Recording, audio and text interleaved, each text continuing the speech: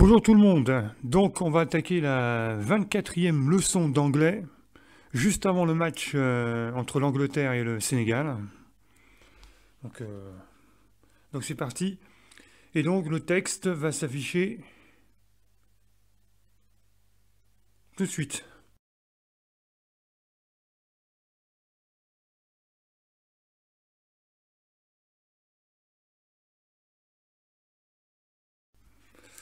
Voilà, donc dans quelques instants le match Angleterre-Sénégal, bon, on verra bien que le meilleur gagne, et surtout que ça sera le prochain adversaire de l'équipe de France. Le match qui jouera vendredi. Ok, donc je vais lire le texte 3 fois, puis ensuite on attaque la partie prononciation. Coffee. Where are the car keys? I don't know, dear. Are they in your coat pocket? Of course not. I never put them in my coat. In that case, what are they? What are these? Those are the car keys. Sometimes put them there. You're like your father. Attendez, j'ai un petit problème. Ah, j'ai serré un petit peu trop mon blouson parce que chez moi il doit faire un truc genre 11 degrés.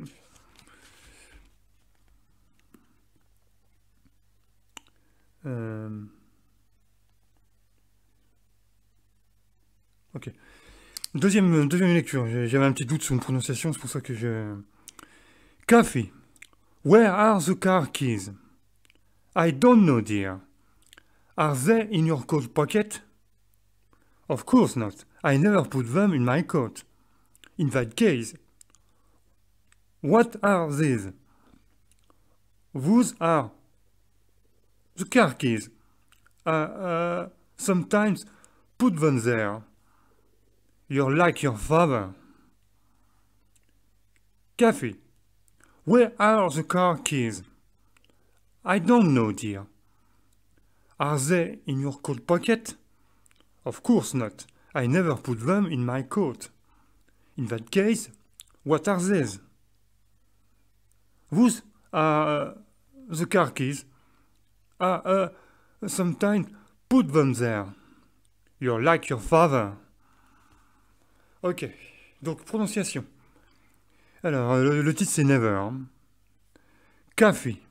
Where are the car keys?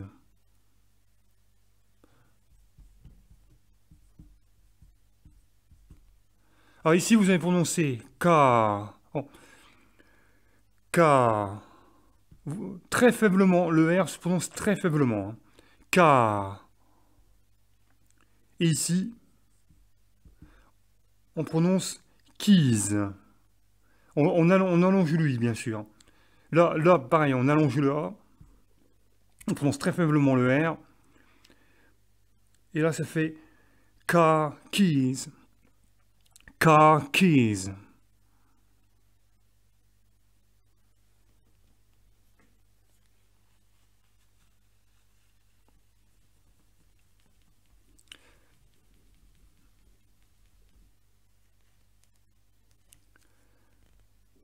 I don't know, dear.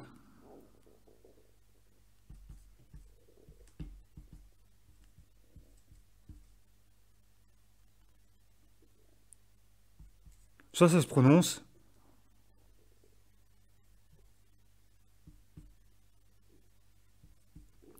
don't. Don't know. Et on allonge le haut, bien sûr. La prononciation du haut. Le K, on ne le prononce pas. On ne prononce pas le K. Ce qui fait don't know. Don't know. Et on prononce pratiquement pas le W. Don't know. I don't know. On prononce même pas le W. I don't know.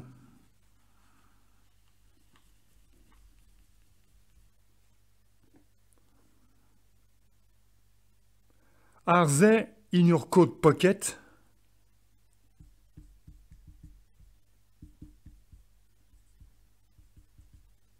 Ici, là on prononce...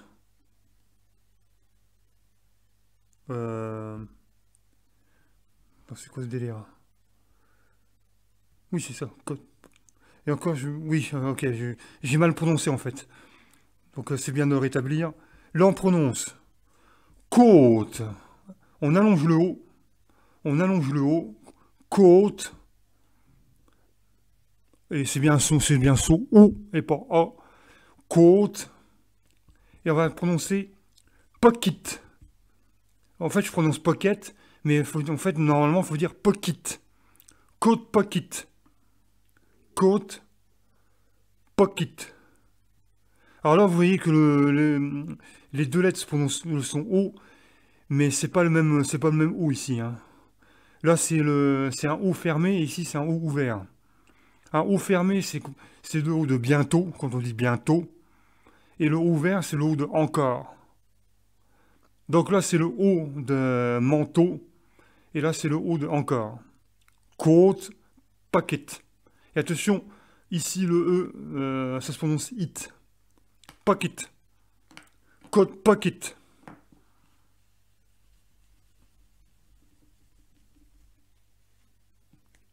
Phrase suivante. Of course, not. I never put them in my coat.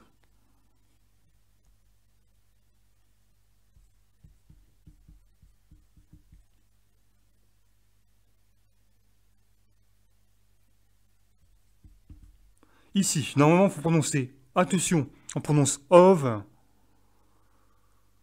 course, course, course, course, of course.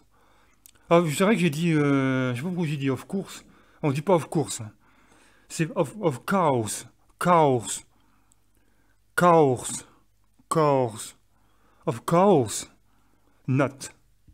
Avec le on encore, not. Of course, course, not.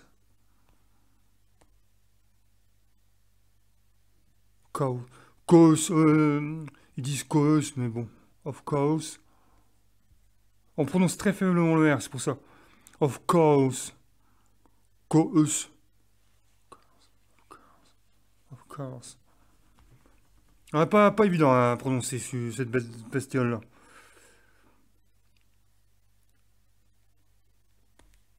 Et c'est pas fini, puisqu'il y avait encore...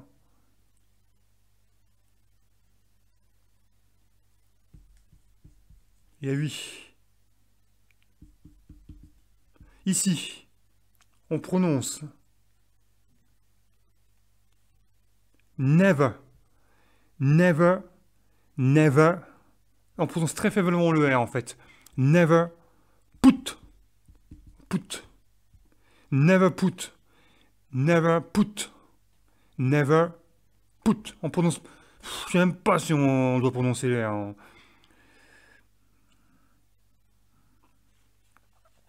Never put.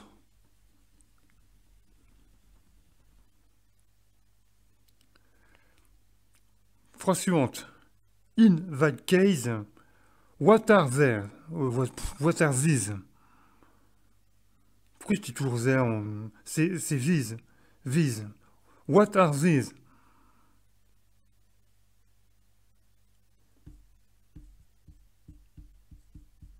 Là, ce mot-là, vous allez le prononcer. Ça, c'est A comme abeille. Ça fait donc case. Case. Case. Moi-même, ouais. Case. En fait, c'est le son se.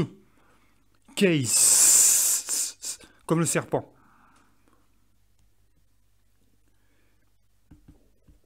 Et oui. Alors c'est sûr que j'ai un petit peu de mal à le dire. En fait, on prononce le TH anglais et la fin, ça fait un son is. Mais on allonge lui, bien sûr, hein. This. This. Donc c'est un D. En fait, c'est un D. Et on place la langue contre les dents. This. This. pas entre les dents, contre les dents du haut.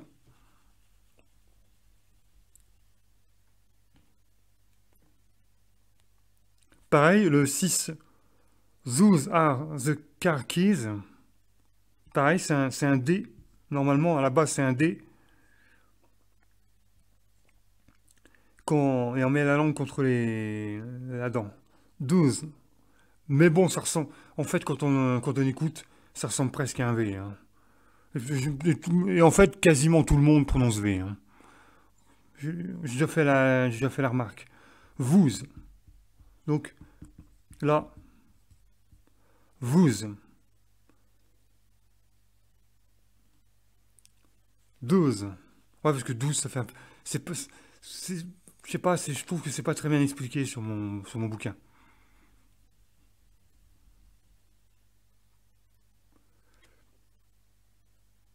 Je dirais que le TH, c'est pratiquement la seule lettre que vous avez presque le droit de mal prononcer, parce que même les Anglais le prononcent mal. Donc du coup,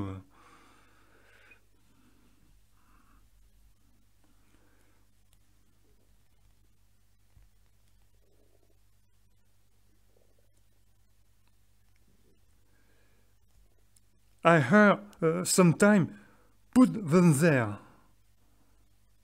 Alors, lui, ce qui nous intéresse, c'est ce mot-là. Alors, on y va. Ça se prononce somme, comme, comme quelqu'un qui fait un somme. Et ici, ça fait aïe. Et ça fait donc sometimes. Sometimes. Sometimes. Sometimes. You're like your father. Father. Donc pareil. Donc on commence. Bah, c'est pareil, toujours le même problème, le TH anglais. Et on prononce le mot he. Et on très faiblement le R. Voire même pas du tout. C'est encore mieux si vous ne prononcez pas du tout. Father. Father.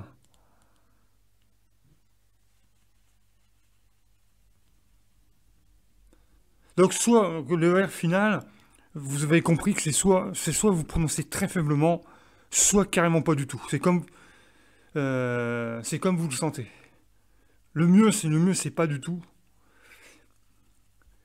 Mais si vous ne prononcez pas du tout, il faut bien insister sur la dernière, allonger la dernière syllabe. Father, father.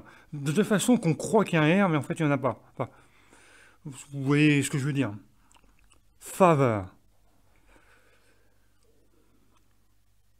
river, river, river.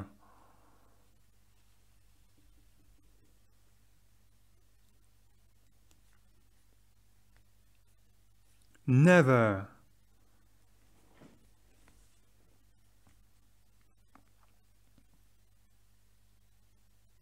Est-ce qu'il y a des remarques à faire? Oui. Je rappelle que en début de mot, le K devant un N est toujours muet. Donc le K, lorsqu'il est placé devant un N, ne se prononce pas. Voilà. Ici, dans la prononciation, c'est ça. C'est pour ça que ça fait now. Now. Pareil, le W en fin de mot, on ne le prononce pas, hein. C'est un peu dans le même genre que les R en fin de mot, hein.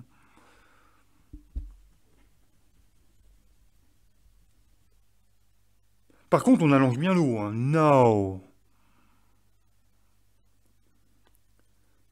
Alors, attention, et je me suis trompé dans la prononciation, j'ai pas fait gaffe. Attention, S de K de ce mot-là. Il faut savoir que ce S devant une moyenne, devant la voyelle qui est là, c'est un S sifflant.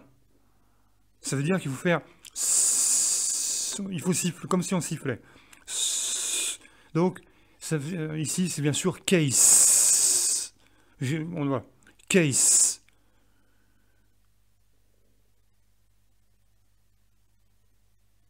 Et bien sûr, on se trouve en règle générale, souvent c'est le son the, mais ici, on prononce bien sûr ce.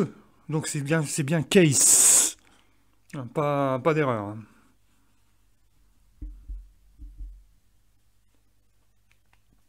Donc on va passer à la partie grammaticale.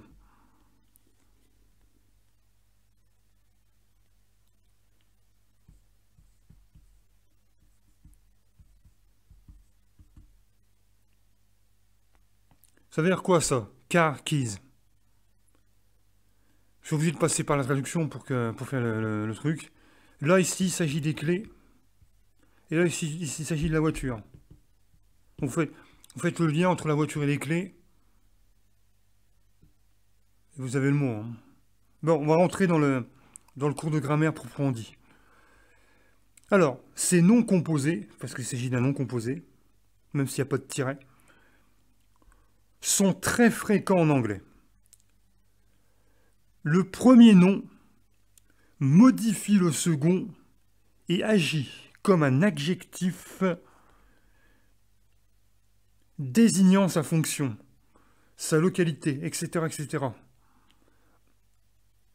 Donc ici, le mot qui est là désigne la fonction du mot qui est ici. Le mot qui est ici est un adjectif qui définit la fonction du mot suivant.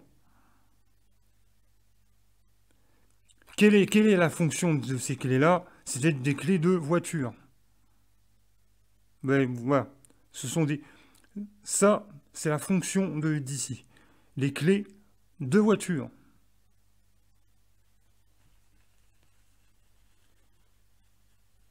Allez, on va prendre un exemple. Si je prends par exemple la navette aéroportuaire. Donc, quelle est la fonction de cette navette? C'est d'être aéroportuaire. Donc, on commence par noter l'aéroportuaire. The airport bus. La navette aéroportuaire. La navette aéroportuaire. Une navette, c'est une navette de bus. Hein. C'est un bus. On est bien d'accord. Quand vous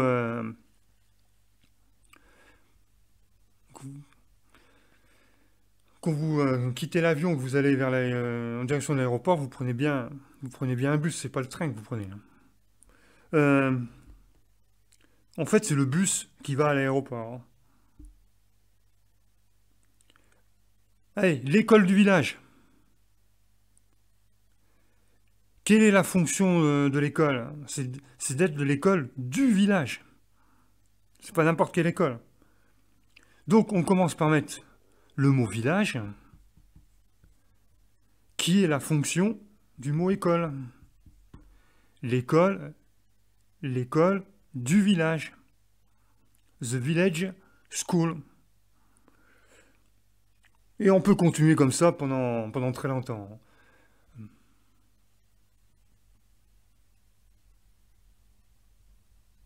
Là, c'est pas la même chose que les cas possessifs.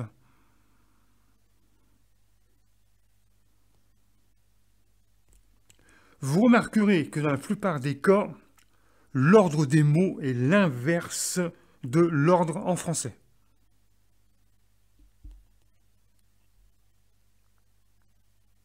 On y reviendra de temps en temps là-dessus de temps en temps. Hein.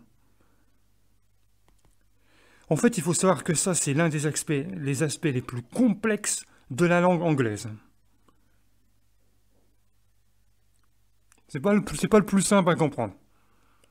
Justement parce que c'est pas le même ordre des mots au niveau du français.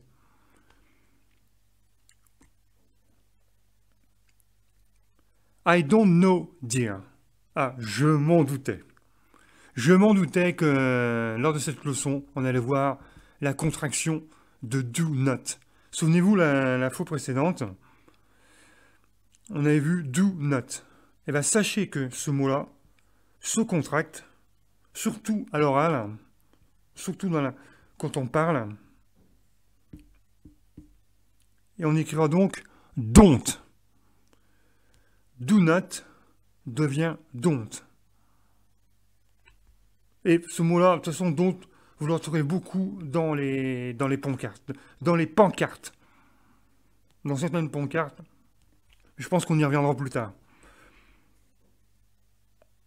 Ici, en fait, il faut savoir que l'apostrophe indique la voyelle qui a été supprimée.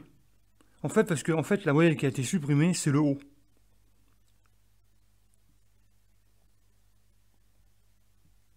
Et bien, notre voyelle O est transformée par une apostrophe. Ce qui devient donc don't.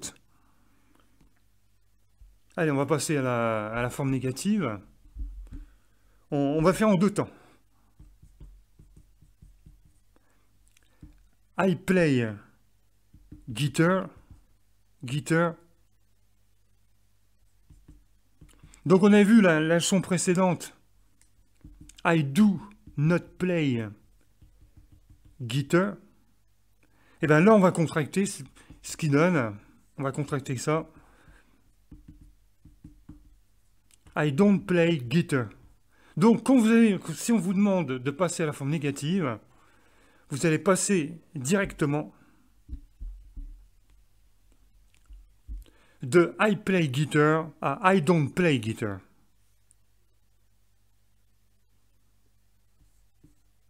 Et comme ça, on a vu, dans la leçon précédente, on a vu la forme do not. Comme ça, vous comprenez d'où vient le mot don't.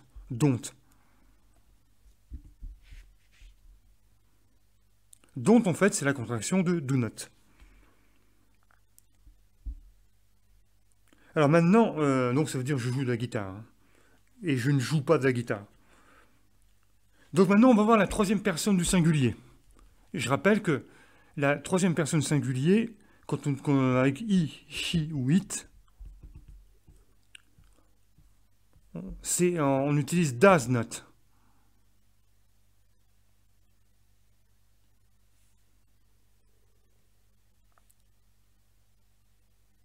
Et bien, le does not, c'est pareil, il se contracte aussi, et ça devient doesn't. Et c'est toujours le O qui va être remplacé par l'apostrophe. Donc, does not devient doesn't. Doesn't. Exemple. Elle ne joue pas de guitare, elle ne joue pas de la guitare. Donc, c'est troisième personne singulier parce que c'est she. She doesn't play the guitar. Et ici, on ne met pas de S à play, puisque en fait, le S, il est ici. Donc, on laisse comme ça. Donc, si je passe à la forme affirmative, tant que je fasse gaffe de ne pas écrire trop bas, si je passais cette phrase-là à la forme affirmative, donc je vais réécrire.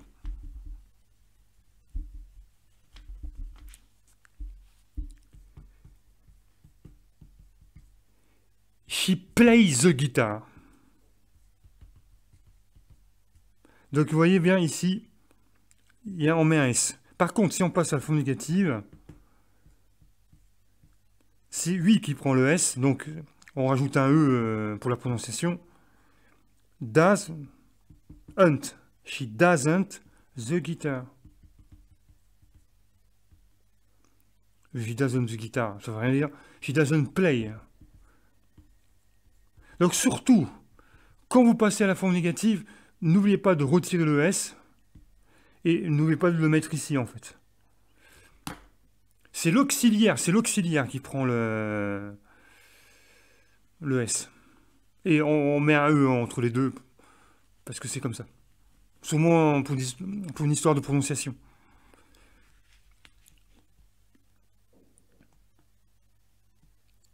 Alors, Are they in your coat pocket? Pocket. Alors, voici encore un autre mot composé. A coat pocket.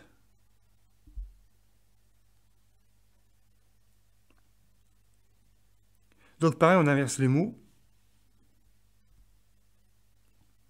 Ici, il s'agit d'une poche de manteau.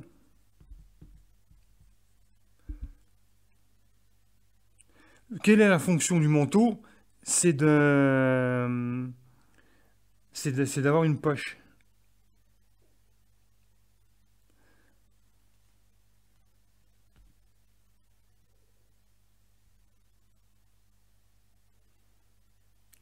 Donc une poche de manteau.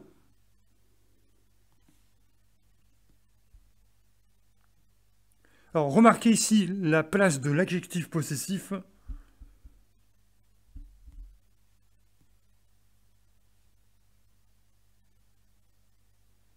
Donc,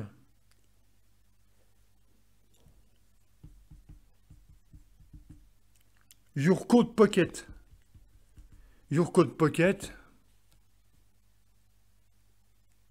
ça veut dire ta poche de manteau.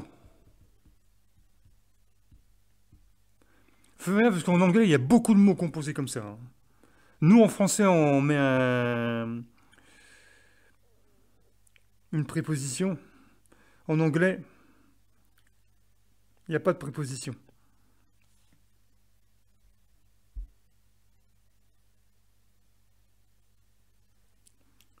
Ta poche, alors ça peut être ta poche de manteau ou votre poche de manteau, selon qu'on tutoie ou on vous voyait personne. Hein. Donc, votre poche de manteau, ça marche aussi. Votre poche de manteau. Poche, manteau. Votre poche de quoi? De manteau.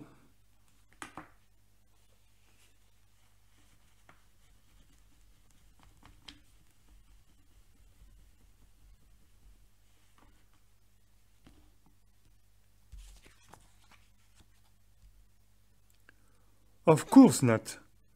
Of course not. I never put them in my coat. Alors, il faut savoir qu'en anglais, il n'y a jamais deux négations qui suivent. C'est comme en algèbre, à moins plus moins, ça devient plus, ça s'annule. Donc pour dire, je ne mets jamais, je ne mets jamais, je ne mets jamais. Vous voyez ici en français, il y a deux négations. Il y a la négation ne, et on répète la négation avec jamais. Ça en anglais, ça n'existe pas. Parce qu'en fait, le mot never, qui veut dire jamais, vous avez compris, hein, suffit à lui tout seul. Never, et en plus dans never, regardez, on retrouve plus ou moins le no. Exemple, je ne mets jamais mes clés dans mon manteau. I. Donc la négation, je, jamais. I never put my keys in my coat.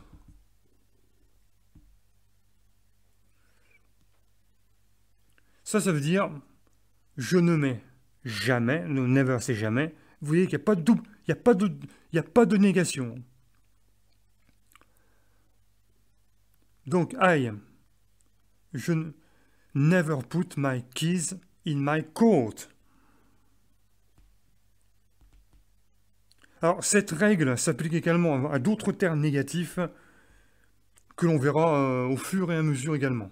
Donc apprenez déjà celui-là, le mot never. Donc il n'y a pas de double négation.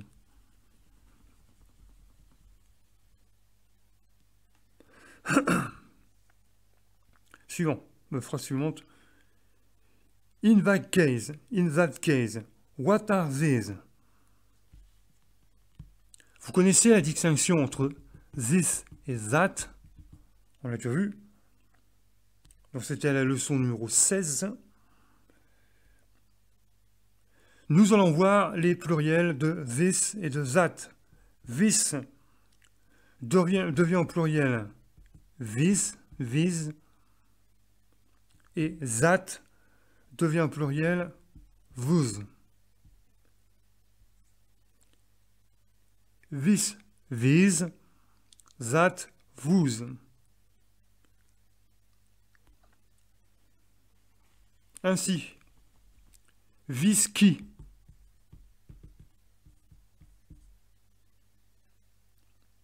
devient au pluriel, donc on va passer au pluriel, these keys.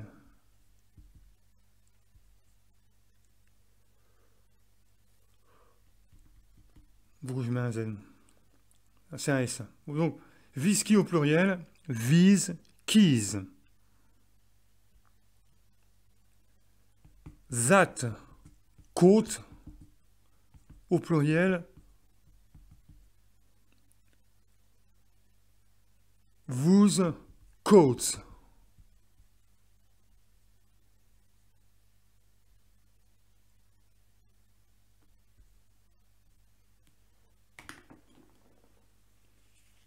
Qui veut dire ces manteaux.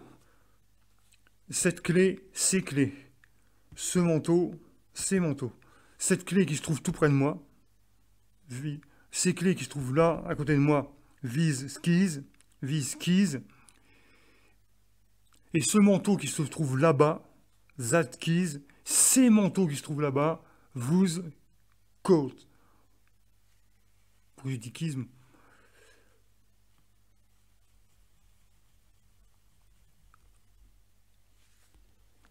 Alors, la même règle de proximité s'applique. Vous savez, cette règle-là, où on disait vis pour quelque chose qui se trouve près de celui qui parle, ou de là où on doit concentrer son action, et these.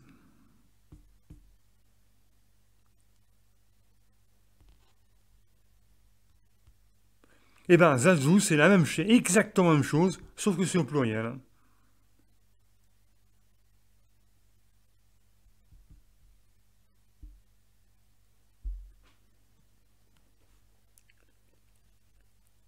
Alors, Kafi. Pourquoi Kafi dit vise? Pourquoi qu'elle dit what are these? Pourquoi elle dit what are these?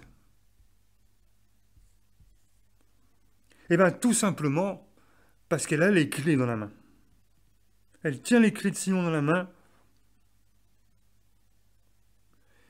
Et donc, comme elle est proche des clés, parce que c'est elle qui tient dans la main, elle va utiliser these.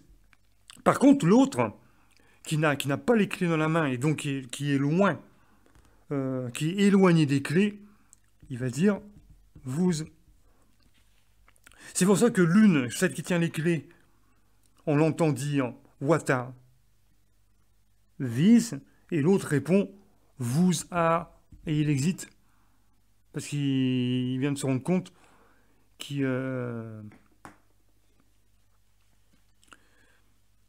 s'est un petit peu trompé, quoi.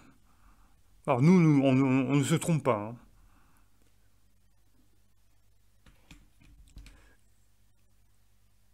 Hein,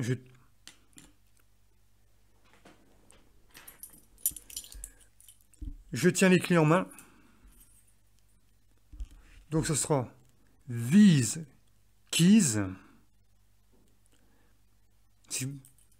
This these keys. L'autre va dire, celui à qui je suis en train de parler, dira whose keys.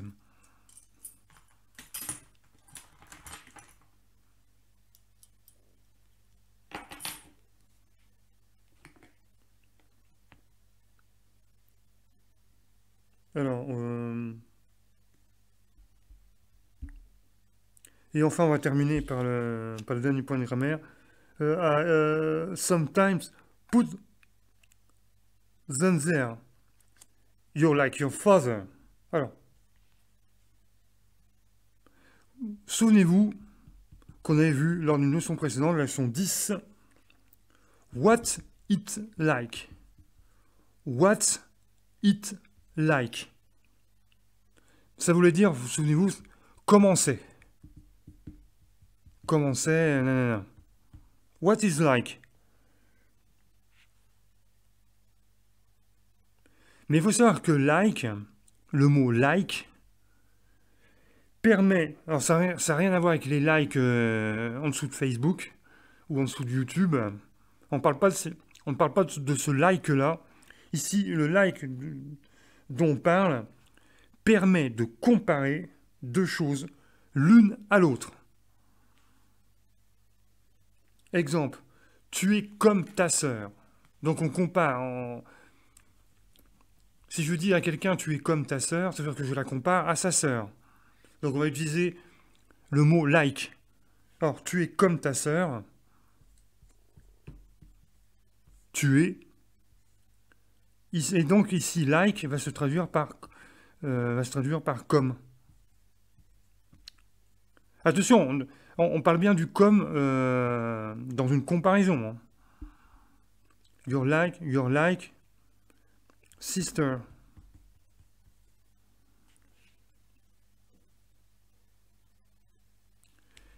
Et je rappelle que le mot like, les fameux likes de Facebook et de YouTube, veut dire aimer.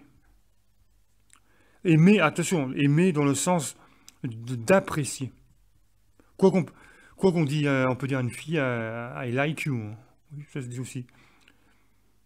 Je t'apprécie. Apprécier et aimer quelque chose. Voilà. Mais ici, dans ce cas particulier-là, ça a valeur de comme.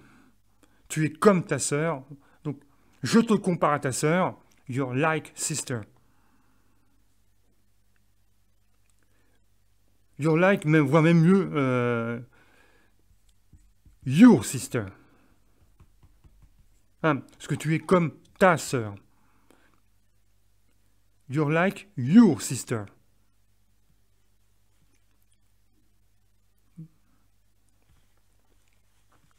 Bon, en fait, j'avais oublié de mettre le you. Hein, parce que si j'ai dit you're like sister, je suis pas sûr que c'est you're like a sister. Peut-être tu es comme une sœur. Je pense, ouais. Donc tu es comme ta sœur. You're like your sister. Allez, ceci dit, on va s'arrêter là. Et on se donne rendez-vous demain avec la prononciation. J'ai dépassé 3 minutes, mais bon, c'est une coutume. Sur ce, I see you tomorrow if you want. Alors je ne sais pas à quelle heure, parce que en fait ce sera juste avant le match opposant le Brésil à la Corée du Sud. Bye bye. Enfin, au moment où je vais faire la vidéo. Hein. C'est-à-dire qu'au moment que vous allez recevoir la vidéo là, cette vidéo là, ça sera à peu près 3 heures ou 4 heures plus tard, quoi. Selon le temps que ça met à faire l'encodage.